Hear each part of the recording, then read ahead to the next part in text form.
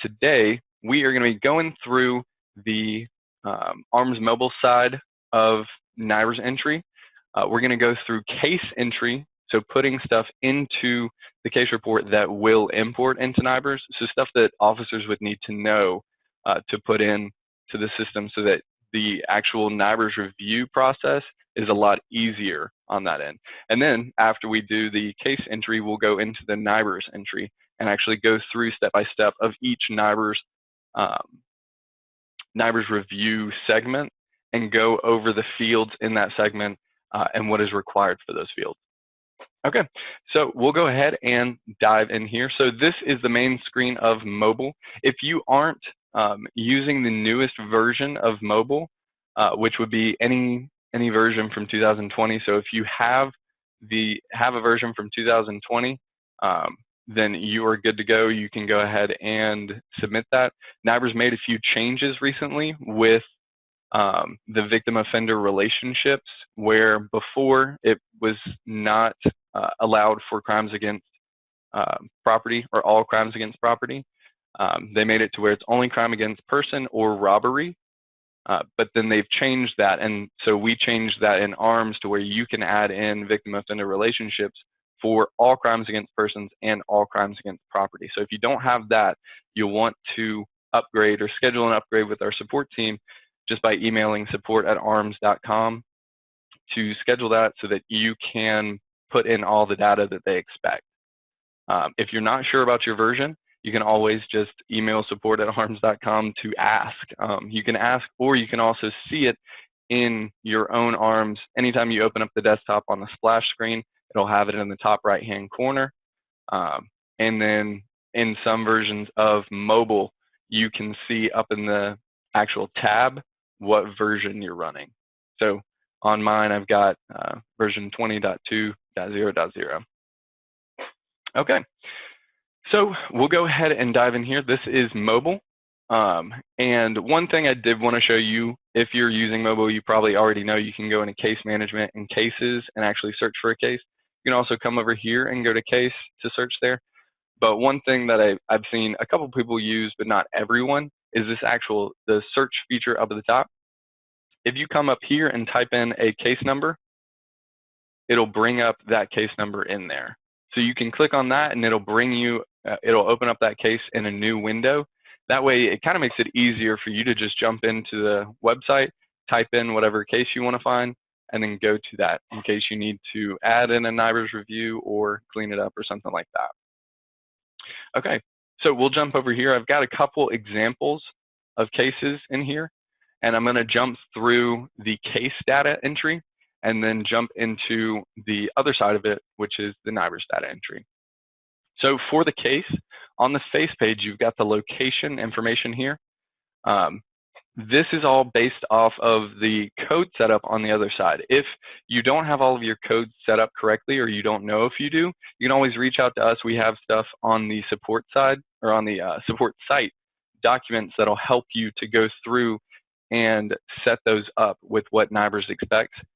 We're going through this training kind of expecting people to already have everything in their code setup side done and set up properly with all of the crime information and location information set up. So if you don't have that set up, or if you're not sure, just reach out to support and we can get that answer for you.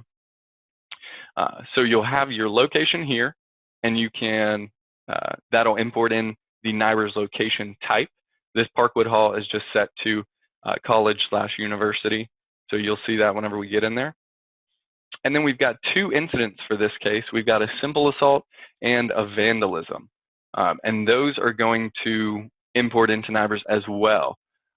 So with the simple assault, we have to have a victim and an offender.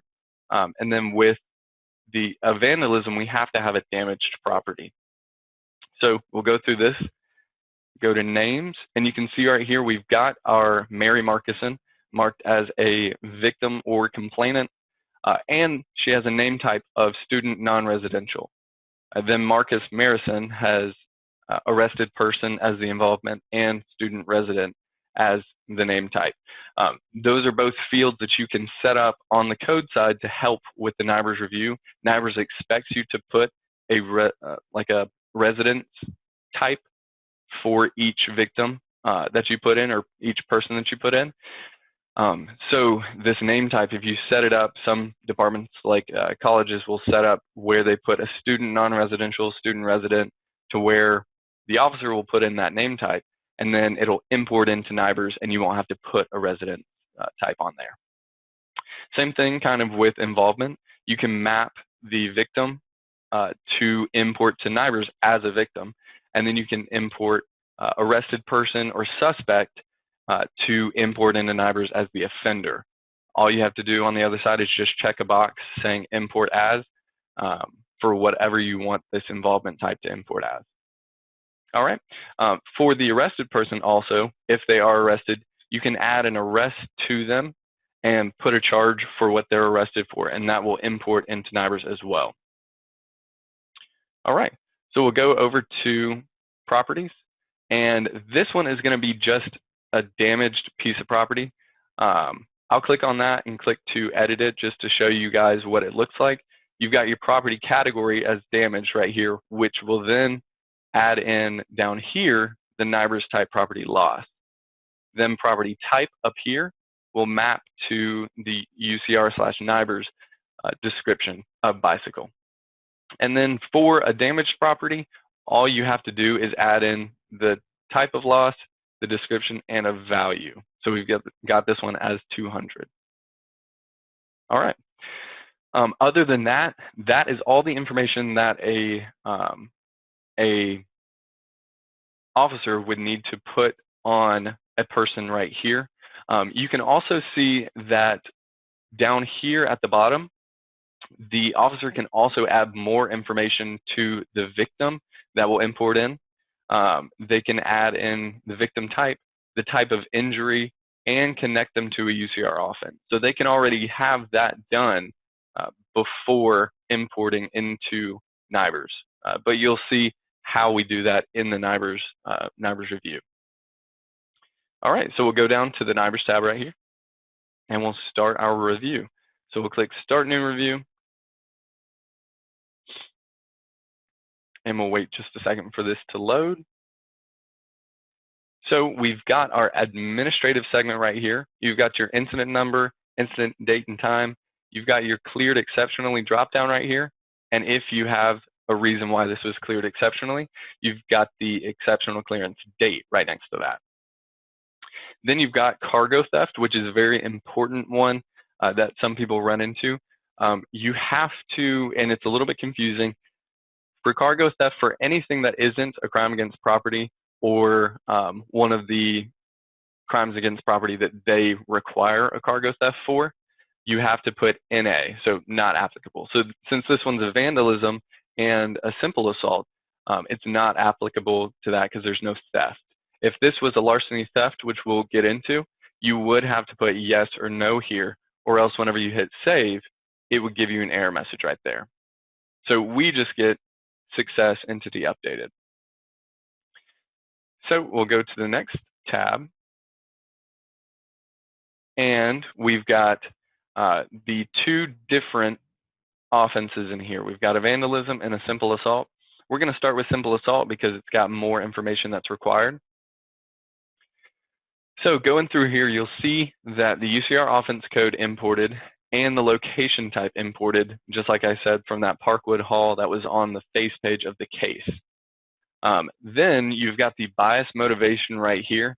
One thing that we've seen a lot through NIBRS entries and stuff like that is that 88 needs to be just sort of the default there, no bias. So we have it defaulted in this newer version to where no bias is what will always pop up whenever you start a new NIBRS review. If you have any in there as 99, you may need to change that. 99 was unknown bias, but what we found is putting unknown bias is considered that there is a bias, but you don't know what it is, and the state wants it to be no bias if there's absolutely no bias on there. So we've just set it to 88, and if there is a bias on the case or a motivation for it, you would just click on the option that matches it. All right. Another one that we've seen a lot is offense was, so completed or attempted. The main thing that this comes into is thefts. So if a larceny theft was completed, then that means something was stolen and something can be recovered. If it was just attempted, then that means that nothing was stolen and nothing can be recovered. So you can put none as the type of property or unknown as the type of property. If you have it as completed, you can't put none as a type of property. And if you have it as attempted, you can't put stolen, a stolen piece of property on there. These two fields right here are a little strange. Number of premises entered and method of entry. Method of entry you're probably used to from UCR. Method of entry is just going to be for burglaries, so you would have to have the UCR offense code of burglary. And then method of entry is just N or F, so non-forcible or forcible. Number of premises entered, you'll probably never have to deal with this because number of premises entered is only applicable if your location type is hotel or if it is a shipyard. So it would be saying the number of hotel rooms entered or the number of shipment containers entered. Those are the only times that you would use that field. Coming down here, you've got a couple that are pretty self-explanatory, offenders suspected of using. So if they were using alcohol, computer equipment, or drug narcotics during when you found them. And then attributes. So if it was domestic violence, gang-related, or gambling-related, you would just check that box to show that those are all applicable. All right, and then the very next one, weapon/force involved types. This is one that we see a lot also. This one's very important. For simple assault or for a couple different types of UCR offense code, this weapon or force involved types is required. And I did want to mention, we have a document on the support site that goes over everything we're going through today, and it will even list the UCR offense codes that require the weapon or force involved. You'll also see that many of the time, and I think this one has it, if you don't put anything, it will tell you that these are all the codes that you do have to put a weapon or force involved for whenever you try and save it. So we default that to 99 just to show that you do have to put something here. But one thing that sometimes confuses people that we get messages back from the state for is that even if this is a simple assault with just fists or someone hitting another person or pushing another person, none is not considered the weapon or force involved there. There is a code 40, which is personal weapon, hands, feet, teeth, that they expect on there. So sometimes people will, if they put 99, they'll get either a warning or an error back that says, this is a simple assault. You have to put what type of weapon if there was one. So most of the time it's going to be 40 instead of none.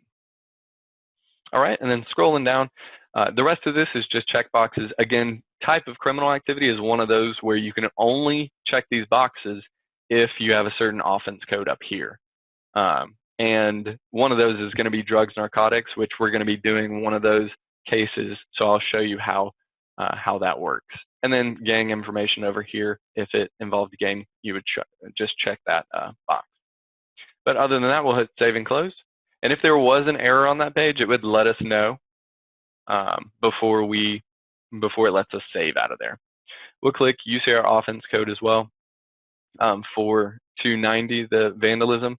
This one is actually fine. You don't have to do anything in here, but you always kind of want to check to make sure. All right. You can always hit validate segment also just to make sure nothing in this offense segment has any errors. So we're good on that one, and we'll go to the property. This one, we've got our property destroyed, damaged, vandalized. We'll click on that. It imports all that from the property values we put on the case side. And really with this one, we're all done. We don't have to add anything to it. We'll hit save and close, and we'll go to the next one. So we'll go to victim. For victim, again, like I said, you can add this connected to on the other side, or we can go ahead and just check the boxes for this. So check the boxes for the offense code that this person is related to. You can see that all the victim information imported in from the case as well. And then right here, one thing to remember is that type of injury. You do have to add a type of injury for a simple assault. And on top of that, for a simple assault, you can only add none or apparent minor injury. You can't add anything other than that for a simple assault. If it goes beyond that, then it would need to be an aggravated assault or something else. So we'll hit apparent minor injury. And then going through this aggravated assault and homicide circumstances, that is kind of exactly what you would expect it to be. You can only put these circumstances in there if it's aggravated assault or a homicide. Even going off of that, some of these fields are only available for a homicide or for an aggravated assault. So like criminal killed or something like that would have to be homicide circumstances. And then other ones you can only put for aggravated assault. All right, and then down here, additional justifiable homicide circumstances, you can only add that if there was a homicide involved. All right, and then beyond that, LEOCA information, you can see that these are all grayed out right now. The only time you can add LEOCA information is if you come to type of individual and you choose law enforcement officer. Now you can choose those, but if it's just marked as individual, you can't choose any of those. All right, other than that, this one is all finished, so we'll hit save and close. And we'll go to the next one. So now we've got our offender information. We can click on that. This pulled in everything from our offender side from the case report. So there's nothing for us to do in here. We'll just hit save and close. One thing to remember, or one thing that is added, on this new version is the completely unknown offender. And we'll get to that whenever we go to our larceny theft. That is going to be, instead of just going in and adding an unknown and adding unknown for each field, you'll need to actually click that add completely unknown offender to add in a different type of file. If you add it in through here, then it gets an offender number. But if you add it in with the button, it just gets 00 as the offender number, and that's what the state expects. All right, so we'll go to victim-offender relationship, and here we'll go ahead and hit add, and you've got your NIBRS victim up at the top, and then below that is going to be any relationships to the offenders. So if we choose this, and we'll go down and choose, we'll actually make this a domestic violence so that I can show you the Texas additional segment. So we'll do victim was spouse. And if you had another victim in this case, then they would pop up in this dropdown. So victim number 2 would show up in there, and then you would have to add the relationship to that victim for this same offender. If you have multiple offenders, they'll just show up underneath this list. So you would choose 01 for the victim, and then you'd add a relationship for offender 1, 2, 3, 4, so on. And then you would go to the other victim and do the same exact thing. Choose victim 2, and then add in offender 1, 2, 3, 4, the relationships between them. All right, so we'll hit save and close. This one's good, and we'll go to the arrestee segment. So we'll click on our arrest. A lot of this information pulls in automatically. And you can see some of the main ones that I do want to show you. Type of arrest right here. So on view arrest, summon or cited, or taken into custody based on a warrant. You'll want to choose which one of those is accurate for this arrest. And then the multi-arrest segment indicator. This one is pretty tricky. So I do want to explain that one. This is going to be when if there's multiple thefts or something like that, if there's multiple different NIBRS reviews and it ends up being the same person being arrested for all 4 of them. For one of them, you would put count arrestee, And then for the other ones, you would put multiple on the other 3. So the first one that you fill out, you would put count arrestee, and then for the other ones that involve the same arrest, you would put multiple in there. That way they count this one arrest and know that it's associated with these other NIBRS reviews. All right, and then down here, you've also got suspect was armed with. You'll want to make sure if there was any weapon that you put which weapon that suspect was armed with. Other than that, though, everything that pulled in here is good for this one. So we'll hit save and close. And we'll move on to the Texas additional segment. If there is no, well, actually, you know what? I'll go ahead and move over to something that I got from NIBRS about the segment 8. This is going to be kind of telling you when to use this. So you can actually find this document. All you have to do is search Texas NIBRS segment 8. And this is the first document that comes up. And this is from Texas NIBRS, and it goes through when you would use the level 8 segment and what the different fields are for. Most of the time, the only time you're going to see this one is if it involves family violence. So you can see right here that it says the only times you should use this segment is when the incident involves family violence, when there are more than 3 types of drugs involved on a drug seizure, when marijuana plants were seized from a garden, wild field, cultivated field, or a greenhouse, and when clandestine labs or precursor chemicals were seized as a part of an incident. That's the only time you would use this segment. And let me go back to this case we were on. I'm going to go ahead and add a Texas additional segment for the family violence. So if we hit add, you've just got a radio button right here where you can hit yes and save that, and that'll save the actual segment. So if we go back in here, I'll just show you what else is in there. One thing to note on that same document, if we scroll down a little bit, the family violence indicator, you shouldn't put that anytime there's any kind of violence or anything like that. This family violence indicator should be, or I say should be, but can only be, because otherwise they'll give you an error message, only be checked if there's an assault, homicide, kidnapping, abduction, robbery, or a sex offense with one of the following victim-offender relationships. So those relationships that we were putting in before, you have to have one of these in the list to be able to put it, to be able to check that box. That's one thing I've seen a lot of people run into, is they have one, or they have a family violence, but they mark it as something else in the relationship, and then they can't put it in here. One thing a lot of people, or one thing I've seen a lot of people run into, is that they put someone as a victim was ex-boyfriend or ex-girlfriend, and that is not an option in this list. If it's an ex-boyfriend or girlfriend, they won't let you report it as family violence. Okay, and we'll go back to our case over here. Again, for if it's more than 3 drugs taken, you can find them in this list and add them. If there's any chemicals seized, or if there's any marijuana fields that are found, you can put the information in for those.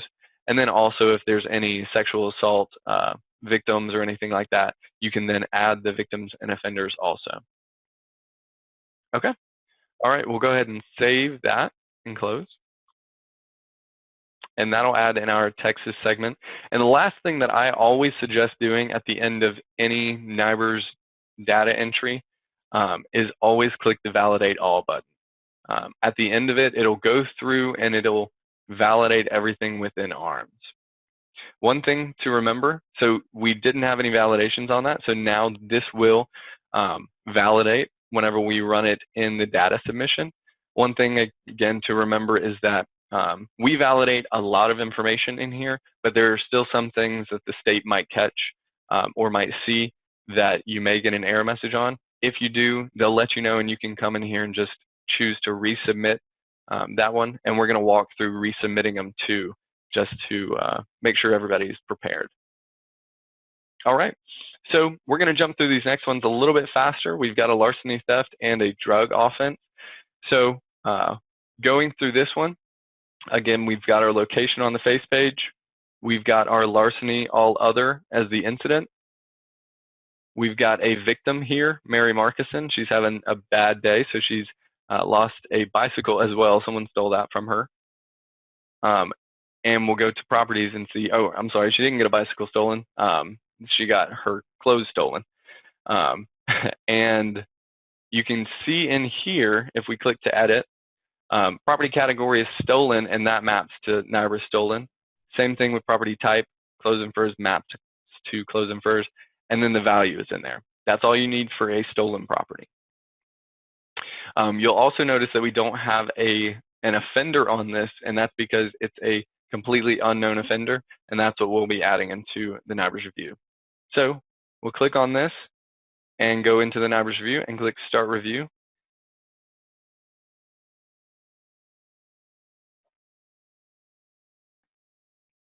All right, so now we've got our administrative segment. What I talked about last time was this cargo theft. Now if I try and save this, since I do have a larceny theft on here, I hit save, and you can see it says cargo theft must be no or yes if any of the UCR offense codes are below. We're going to hit no. Most of the time it's going to be no, but we'll hit no on there and save that. And then we'll go to our offense, and we can click on our larceny theft right here. We've got our offense code, location type, and bias motivation right there. It was completed, and then nothing else in here really applies to this one. So since nothing else applies, we'll hit save and close and go to our next tab. We'll go to our stolen property right here. Everything imported in, stolen, clothes and furs, and value of property right here. One thing I do want to point out, you've got 7 or 8, I guess, different types of property loss in here. None, burned, counterfeited, and forged, destroyed, recovered, seized, stolen, and unknown. Some of these, so seized is only going to be allowed for a case that has like a drug involved or a weapon possession, something that can be seized. You can't just put a seized on a larceny theft, or else you'll get an error message. Same thing a lot of people run into is adding a vandalized item into just a larceny theft.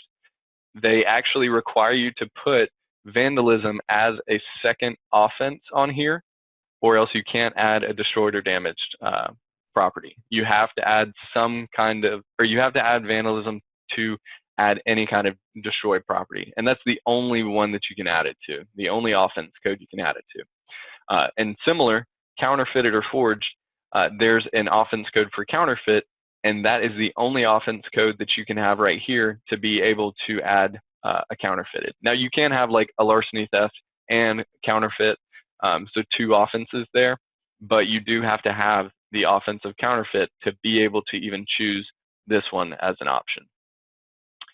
But we'll go ahead and do stolen. We've got our description and value, so we'll hit save and close. Now let's say this stolen property was then recovered. What you would do is click to add a new one, and you'll add a separate one for recovered. And then you would just choose the exact same property description and value. So we'll do clothes and furs and put a value of 200. Now, if maybe not all the clothes were recovered, you can put a lower value for the recovered. And then you'll put the date and time, or the date recovered, which I'm just going to put today. Another thing to remember, you've got the number of stolen motor vehicles and the number of recovered motor vehicles here. This is only going to be allowed if you have automobile or a motor vehicle in the property description right here. All right. And we'll go ahead and go to our victim here. So if we click on our victim and go down to the victim connected, which it already, this was one that already had the connection to it, so it just imported in. Other than that, there's nothing that we even need to do for this victim. So we'll hit save and close there. And we'll go to our offender.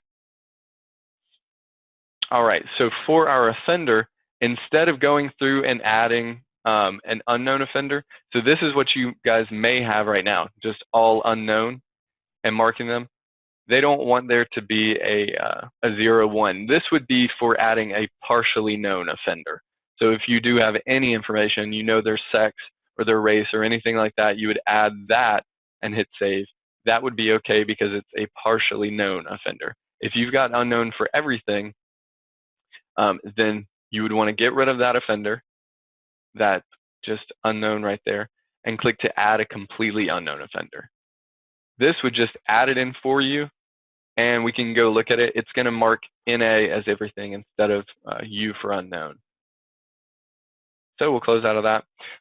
But that's what you'll want to do. After you've added one completely unknown offender, you can't add more than one. So you've got that one in there. And one thing to remember, as weird as this sounds, they do want you to add in a victim-offender relationship for the for a completely unknown offender. So we'll hit add. We've got completely unknown offender. They will default it to NA, so all you need to do is just hit save and close. So you added in the relationship for it, and that's all you needed to do. All right. Then for arrestee, we don't have anything. We don't have an offender.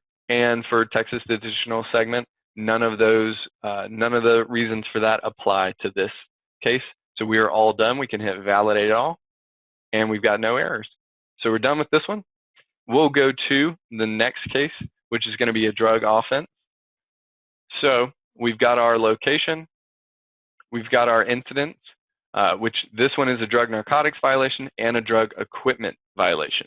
And you can see it automatically marks it as state as a victim whenever you choose these because they're marked as a crime against society. For the names, we've got an arrested person in here, and we've got the reason that they were arrested. And we'll go to our properties, and these are a little bit different if we go in and edit this one. So drug narcotics is going to be the main difference. If you choose evidence as the category and choose drugs narcotics as the property type, it not only marks the type of property loss as seized in the description as drugs, it also adds in a few fields for weight, NIBRS drug measurement type, and NIBRS suspected drug type. None of those would show up if you just have stolen clothes up here. These only appear if you're putting in a seized drug narcotics. So you would put in the weight of the drugs, you put in the amount or the drug measurement type, and you'd put in the suspected drug type there. All right, we'll hit save. For the other one, for the drug equipment, all it is just putting in evidence, narcotic equipment, and then putting in the value, which the value for drug equipment is always going to be 1. One thing to kind of keep in mind, anytime you have a value or you don't know a value of something, 1 is just the default for unknown value. That's from NIBRS. They said anytime you don't know the value, just put 1. And then also beyond that, some of the fields, so a stolen piece of property for a credit card, and this is getting off of the drug topic, but still something we need to cover. For a credit card that is stolen, credit cards can only be put as 0.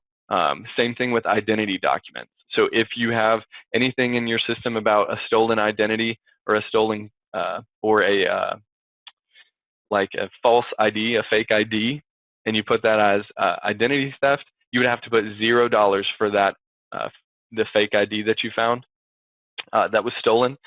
And for a credit card, someone can steal a credit card and use it to get, say $500 from the ATM.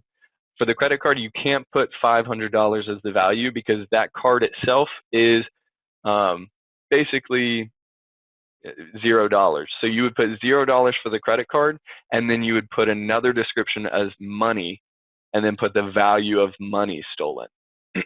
So just something to keep in mind whenever you're putting in a stolen credit card. All right, so we've got our drugs, narcotics, and our drugs equipment in there as the property, so we can go ahead and go into the NIBRS review. One thing to keep in mind, if you are putting in drugs, narcotics, and drug equipment, you have to have both of those violations. drugs narcotics is a 35A code, and then drugs equipment is a 35B. If you don't have both of those, then you can't put drugs and drug equipment. A 35A expects to see drugs, a 35B expects to see equipment. Okay, so we'll go ahead and start our review.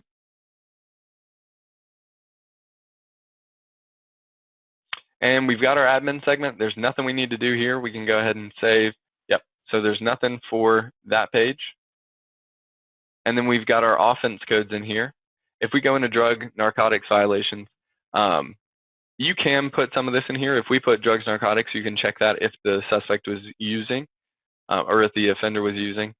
Nothing else really applies here except for down here, the type of criminal activity. This possessing / concealing will automatically check whenever you've got that drugs narcotics. So we'll save that. We'll go to drugs equipment and we'll check that box again. Same thing with that type of criminal activity for 35B. All right, we'll go to our property segment. And if we click on that, we've got seized and we've got our drugs narcotic equipment as a value of 1. The drug narcotics imports as a value of 0, but you want to take that out because they expect a blank value there. You don't want to have 0 for drugs narcotics. And then down here, the suspected drug type, the estimated drug quantity, and the measurement type. So all of that imports in from what the officer puts into the case side. All right, we'll hit save and close. And we'll go to the victim segment. And one thing actually before we go over there, one thing I did want to show you is if you don't have something in this property segment or in any of these segments. So if you have a victim that didn't import in or didn't have the correct information on it to import in, you can go into the case, make a change over here. So say I want to change this. This wasn't marked as evidence, it was marked as something else. Or we can even do the victim if this, which this one doesn't have a victim, but we'll stick with property. If it's not set up properly on this side, you can go over and set it up properly in the case side. And then if you refresh this page, you'll see that this import button will light up and you can import that, that property back into the case or back into this NIBRS review.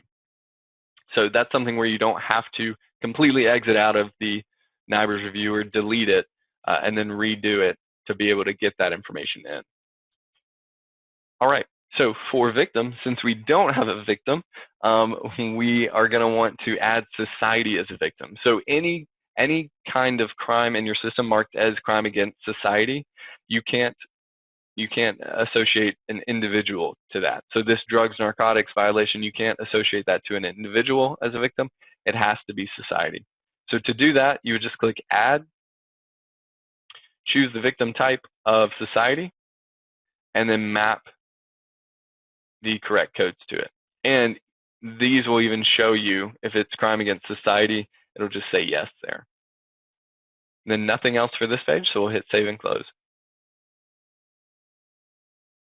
All right, and then the next page, we've got our offender here.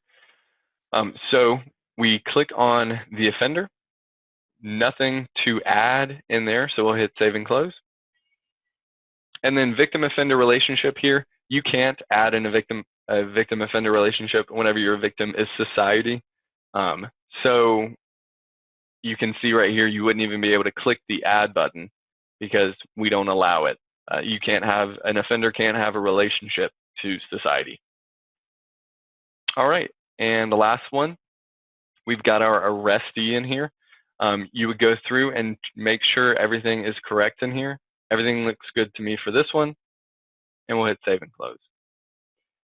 No need to add anything to the Texas additional segment because we didn't have more than 3 drugs and there's no family violence or anything.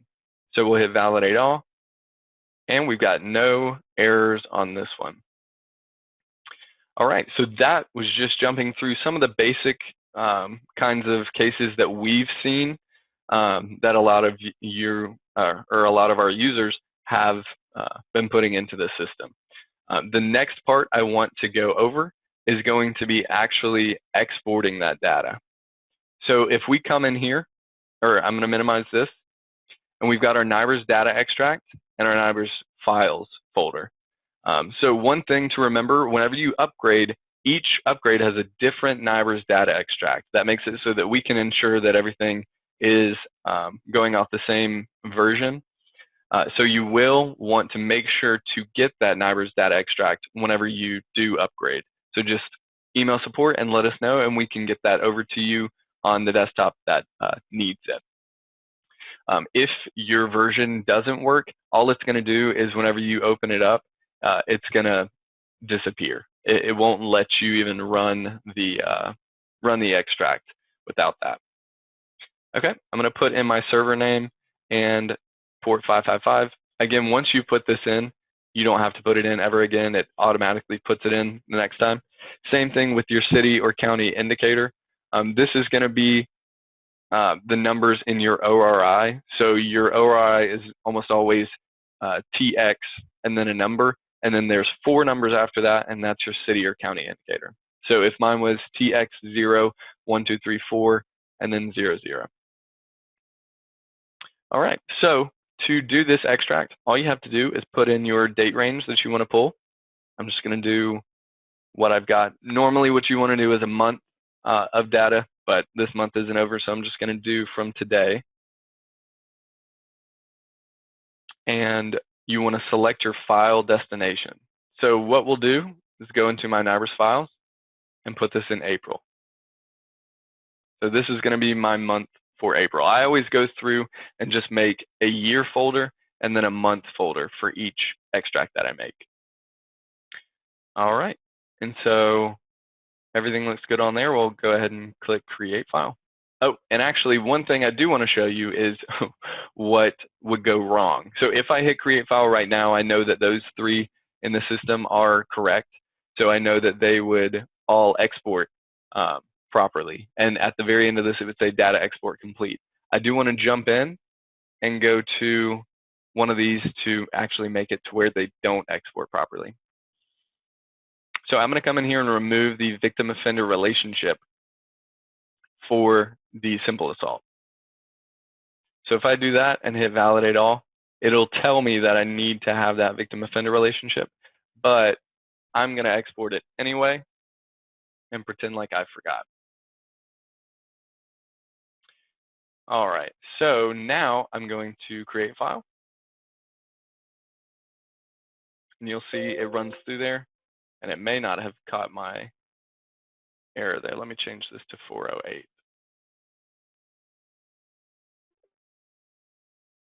Well, let me see.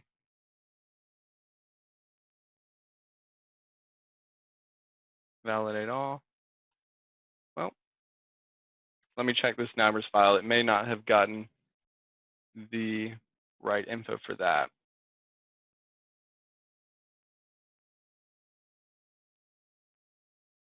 No, so it doesn't have a warning. It must have just saved that before I changed it.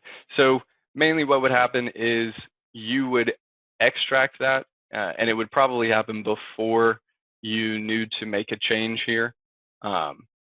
Or at least it wouldn't be where you had it correct and then removed the correct value. But whenever it exports, it'll say validation error failed, and you can check your log file for that. So if you click on the log file, then that would show you the error message that we got whenever doing the validation rule, and it would tell you which case to go to. So you'd be able to go to this log file, find that case number, and then make the change that is needed. And then you would be able to go through and just hit extract, and it would come out and it would create this file. It went through properly for me, so it automatically created that file in there. One thing to remember, and this is very important, and why we normally just give that NIBRS data extract to one person at the department, because now that we've extracted for April, all of the cases in April, and we'll just pretend like I did the whole month, all of the cases for April have now been exported out of ARMS. So in ARMS, it's going to mark those, and I'll go ahead and refresh this one just so you can see. In ARMS, it's going to mark those as exported.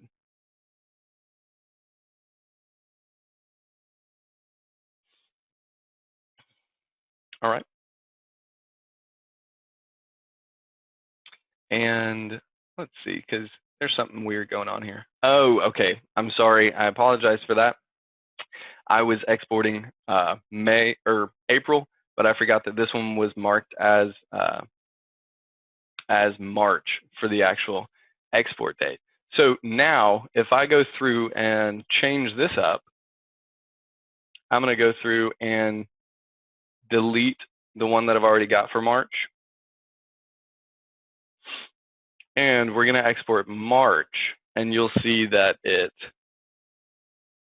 gives us that error message. I knew there was something I was missing right there.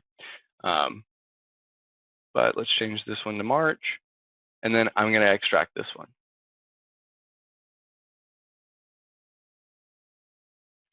There we go. So now we've got our validation failed.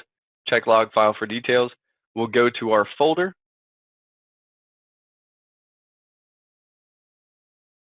And look at our error message. So now this says, this is the incident that is giving you a problem.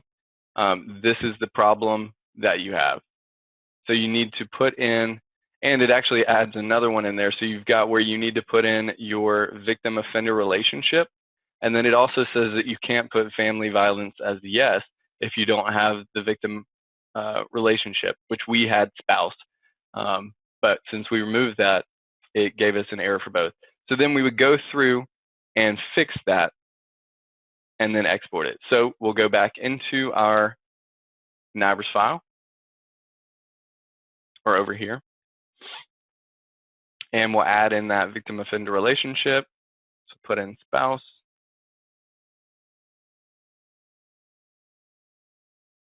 And let's extract that again.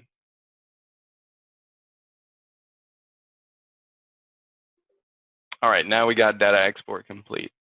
That is what I was expecting. All right, so we'll go into March, and now you'll see that it actually pulls that file out for you. And if you click on this log file, it overwrote it with the new log file, and there's nothing there.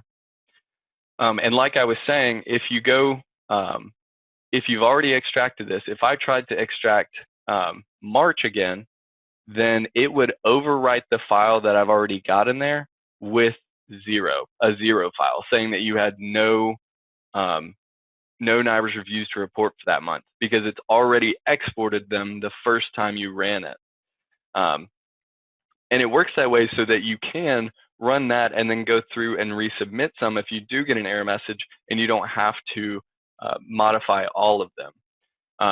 But that's one thing to keep in mind. If you run this once, you don't want to run it again without changing the name of that file. So I always suggest if you do have to run it again, either for resubmitting or something like that, go to that file and just rename it -1 or something like that to show that this was the first one that you pulled, and then you can extract another one and it would just be marked with the original name. And then you can rename that one if you have to pull another one. All right, one thing, or I do want to show you the last thing, is going to be actually resubmitting a case. So we've extracted all those, and say you get a warning or an error message or something like that. And that's two different things. If you get a warning, that means that your case validated and it went through, but there's something that you may want to change on it. If you get an actual error message, then you would need to, that means that that case didn't validate at all and you have to completely resubmit it. So we'll look at two of these different types. Let me refresh this screen and this screen.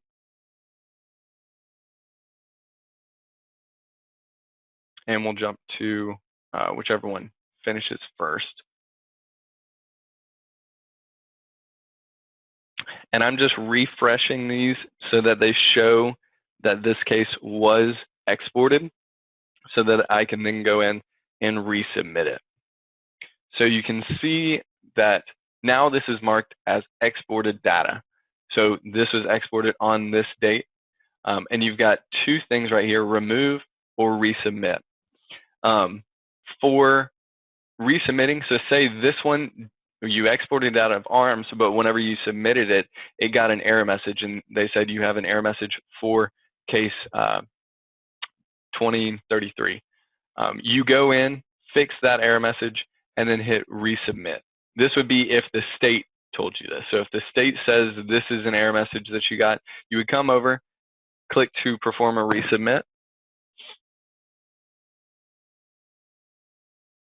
and then you would go through your NIBRS review and fix whatever you need to. And you can see now that exported date is gone. So whenever we run that NIBRS extract again, it will export this again with whatever you changed in it. If we come over here, another thing that you would see, if you got a warning or something like that, or in the future, if you need to change a case or change a case that's already been validated. So if you need to change something on that, you find out new information, you can remove the NIBRS review and then resubmit it. And what that'll do is add a delete line above the resubmission. So that would delete it from the state repository and add in the new case with new information. So if we hit remove, hit yes, that'll remove the information from here, kind of showing you that it is adding a delete to it. And then you would just hit start NIBRS review right after that. So you can even see action type removed. So right now, if you hit remove and then we extracted that this month, then it would just pull a delete. So that would be like a case that you want to remove completely. It would just remove it from your state repository. If you want to make modifications, hit start review, and it'll say previous NIBRS review was deleted. Would you like to include information about it being deleted in the file? Hit yes. Now you go through and put in your NIBRS information, and when you export that data, it will pull all that information for you. So once you export this again, and we can go through and just hit save and make sure all of these are good. You can just do validate all. Oh, we need a victim offender relationship, and then we'll be done. So we'll hit add. Oh, we need a completely unknown offender first. Add, save, and validate. There we go. Now if we export this again, it's going to pull that first one that we just hit to resubmit, and it'll also pull that one that we chose to remove and resubmit, which the remove and resubmit will have a delete function up at the top to remove the one that's already been submitted. So we'll hit create file. It'll go through and export those.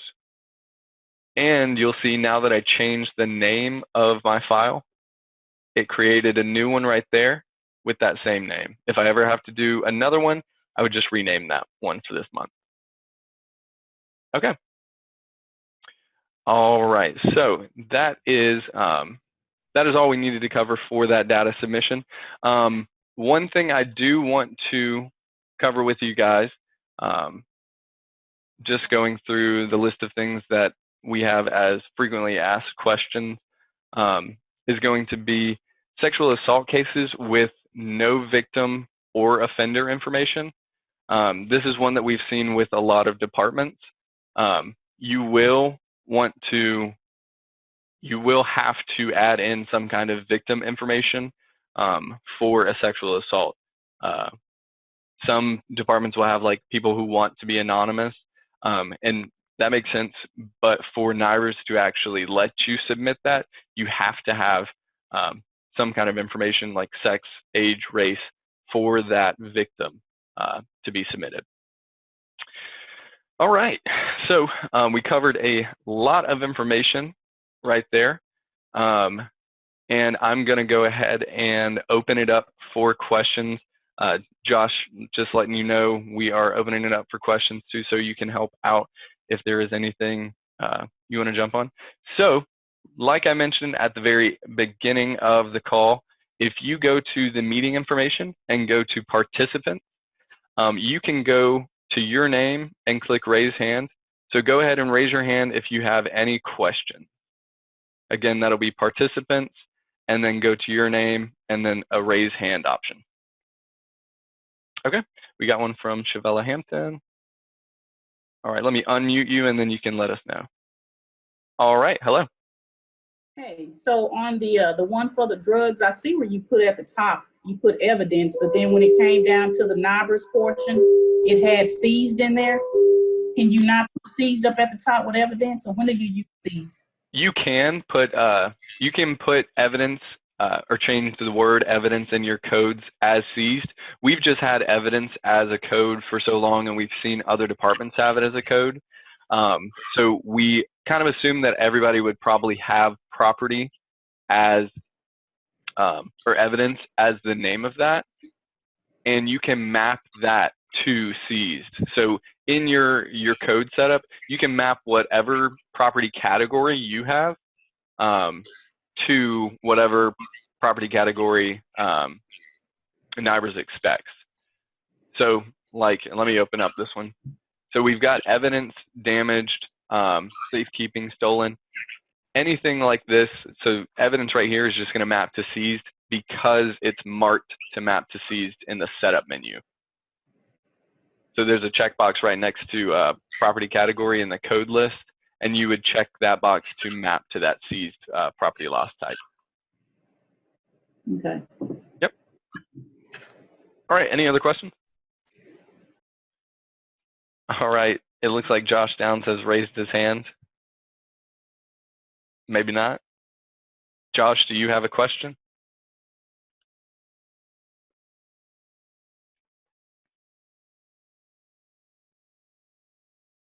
Yep, let me unmute you, sorry.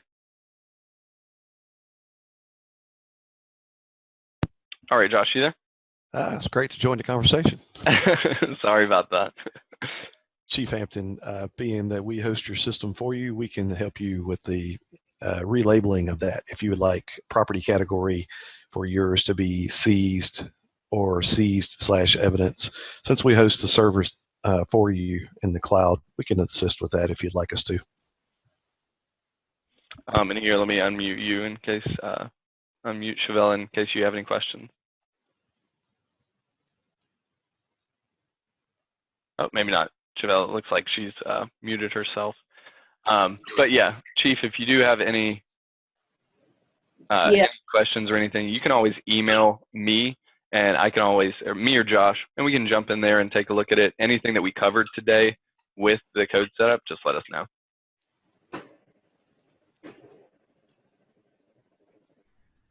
Okay. All right. Any other questions? All right, Lori Havard, let me unmute you. All right. Hey, Lori. Hey, I was just wondering because we work for a school district, and most of our assaults are a student against another student. What relationship would you suggest using? Because I wouldn't say they're friends, but they know each other probably. What I've always seen, and Josh may have seen something different, but what I've seen people use in that case is victim was acquaintance. So it's someone that they know, but they may not be friends. And then you've also got a couple of them that are like that. Victim was acquaintance, or you could always use victim was otherwise known. And can you go over when do you delete on the NIBRS again? Yeah, so whenever you're submitting a delete, is that what you're talking about? Yes. Okay, so what that would be is if you do have, if you're either getting rid of one, so maybe like an unfounded case or something like that where you need to remove it from what you've already submitted, or if you need to make a change to what you've already submitted, you would go and click to remove, and then click to start a new review. And that would give you the option, and kind of that's the two different things. If you hit remove, then it'll automatically mark this as removed. And when you export this month again and submit it to the state, then it'll pull this as a delete. So just remove that information that you've already submitted. And then if you hit to start new review, then it will remove what you've already submitted and add in the new information for that review. Basically resubmitting it, but you have to delete it first. So would you do that, say like on an instance, if you have stolen property and then it's recovered, would you need to do that? Yeah, I believe so. Josh, you may know better than I do, but I believe you'd have to remove that and then add in that recovered, and then resubmit it basically. To submit or recover property some months later, Correct. you would use the resubmit, and it sets a certain command to send to the repository that you are going to remove and resubmit that one. So you would hit the resubmit button, enter in your recovered property, and next time you export, you would export it. The flat file would contain that previously submitted case with not one bit of information about the report, but 2 bits. First bit is telling the repository, hey, I've already submitted this one time, but I'm making a change, so please remove what I had before and now accept this change. Mm-hmm. So we would not need to use the remove, we would just use the resubmit button? Or did I misunderstand? It would accomplish the same thing if you wanted to remove all and start over. But the resubmit button and then enter your recovered property would be fine. Okay. All right. Any other questions, Lori? No, that's it. Thank you. All right, no problem. All right. And any other questions from anybody else? Okay. All right. Well, if you do have any questions, we want you guys to know that we are here for you, and we are willing to help you out if there's any errors that you run into while submitting, or questions that you run into while you're actually filling out the case reports, or anything like that. So I hope today was helpful to you guys. I'm going to be sending out an email a little bit later once we've got this posted online, but this webinar is going to be posted to where anyone who wasn't able to make it to this meeting can view it also. And then also, if you do want the actual or the document that goes through what we talked about today, also you can get to that from the support site, the ARMS end-to-end.freshtest.com with the login for ARMS admins. You can get in there, and it'll be in the NIBRS section under NIBRS data entry. So if you do have any questions or need help getting to that site, just email support or me and let us know. Other than that, though, I will let you guys go, and I hope you guys have a great day. All right. Thank you. Bye.